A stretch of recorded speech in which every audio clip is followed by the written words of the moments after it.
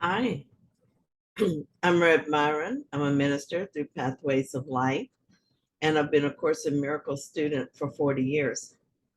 I'm going through the lessons this year, as I've done for several years, asking Jesus for clarity. And then I'm writing from that clarity, and that's what I'm sharing tonight. So we're on the last of our review lessons for Review 6. So let's get started.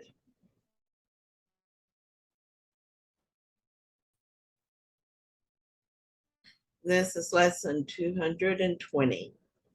I am not a body, I am free, for I am still as God created me.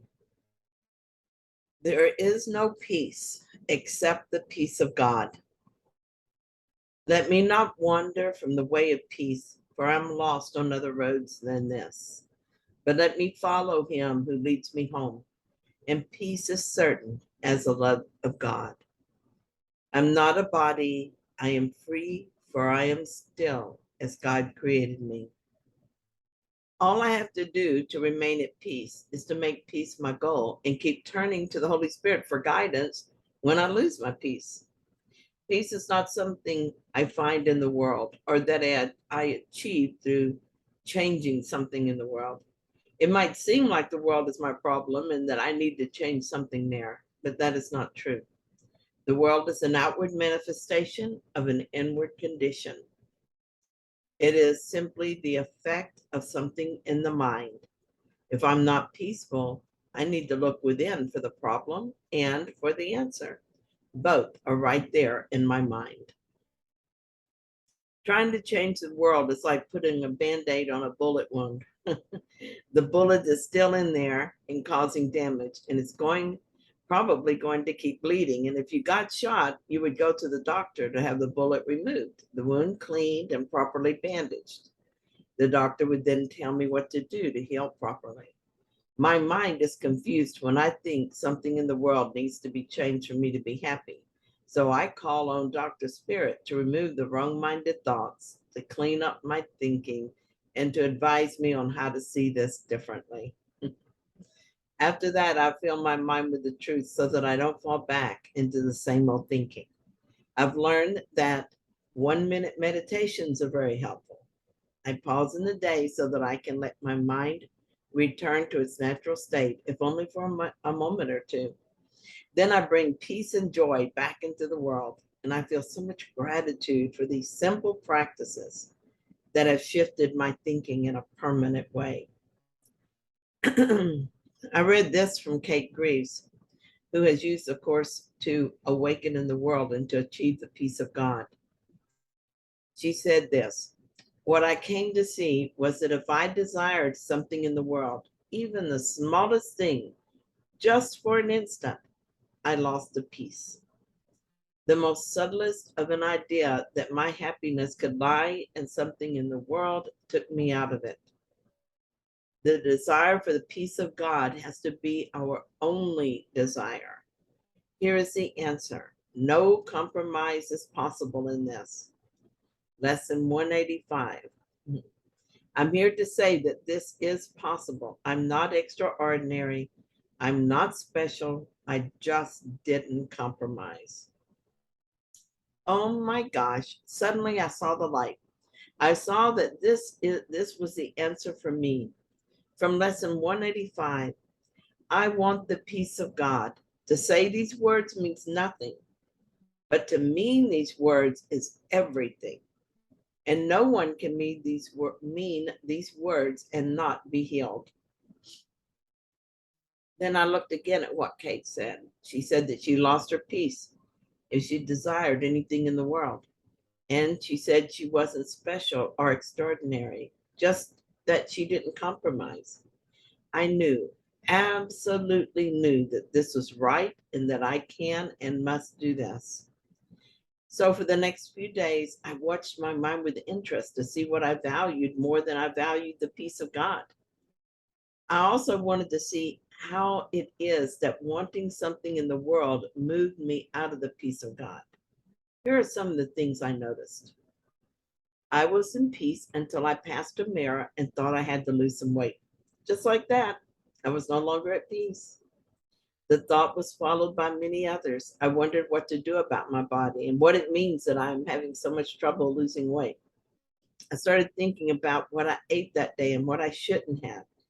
At that moment in which I decided that I needed to lose weight, I lost my peace. Or that my body identity, the image I present to the world and that I think of as me, became what is important to me. I was no longer at peace. Another time I was at peace until I wished my son would call me or that I could visit him.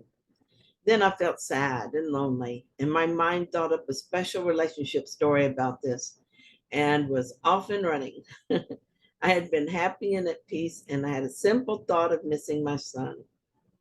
I didn't think how much I loved my son, which would not have disturbed my peace and would have, in fact, brought me more joy. Instead, I thought he should be here with me, that I would be happier if he were here. I wanted the world to be different so I could be happy. And in that thought, I lost my peace. I had pain, and I remembered that pain is a choice. Jesus tells us in many ways. In chapter 8, the body as means or an end, he says this: sickness is a way of demonstrating that you can be hurt. It is a witness to your frailty, your vulnerability, and your extreme need to depend on external guidance.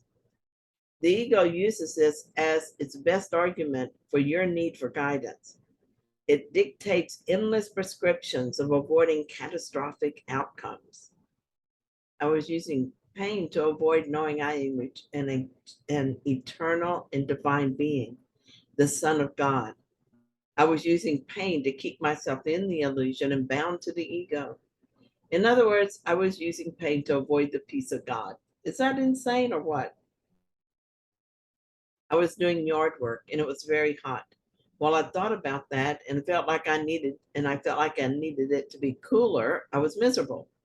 I could not sustain the peace of God as long as my mind kept going back to how drained I felt, or while I bemoaned how the high humidity felt like I was trying to breathe hot water. I wanted the world to be different. I chose something other than the peace of God. But in each of these circumstances, I chose again. I remembered lesson 185. I remembered that the peace of God is everything I want. I know from years of doing this work that I cannot simply say, I'm not going to think certain things, and then they stop. But I know that if I want these thoughts to be removed from my mind, they will be. The Holy Spirit responds to our slightest desire for healing. I saw that when these stray thoughts came into my mind and I find myself wanting something besides peace, I immediately lost that wonderful, joyful peace. I reminded myself that the peace of God is everything I want. So I asked the Holy Spirit to heal my mind of the belief that anything else could make me happy.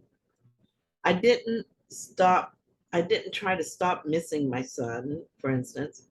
Instead, I asked for healing and I began to anticipate that healing.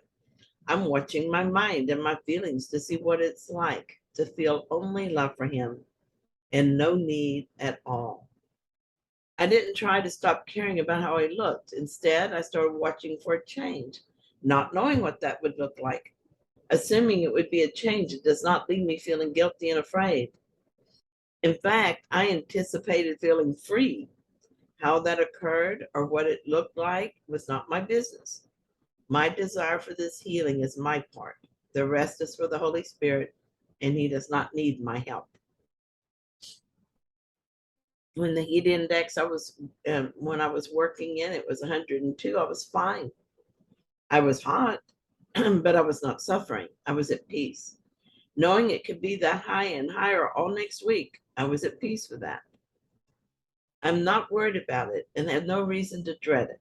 I don't feel like calling my family or friends and asking them to commiserate with me. And I don't feel like finding somewhere to place blame. I am at peace. I spent the last few days watching my mind going back to painful but familiar ways to see the world. Seeing it as something to change in order to be happy, and seeing in the world something I need.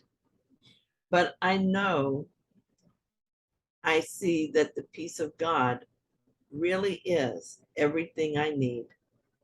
I hear the ego mind trying to pull me back into the illusion of need, and I notice the thought that some things are not easily dismissed, but I will happily continue this practice. Like Kate, I will not compromise. I love this. There is great peace in knowing you. Oh, I'm sorry, this is Regina's tips now. There's great peace in knowing that you are eternal presence, witness to appearance and experience, but forever unaffected by them. Knowing yourself as this is peace of God. It is the only answer that answers all problems immediately. It is the only truth, and it is already true now.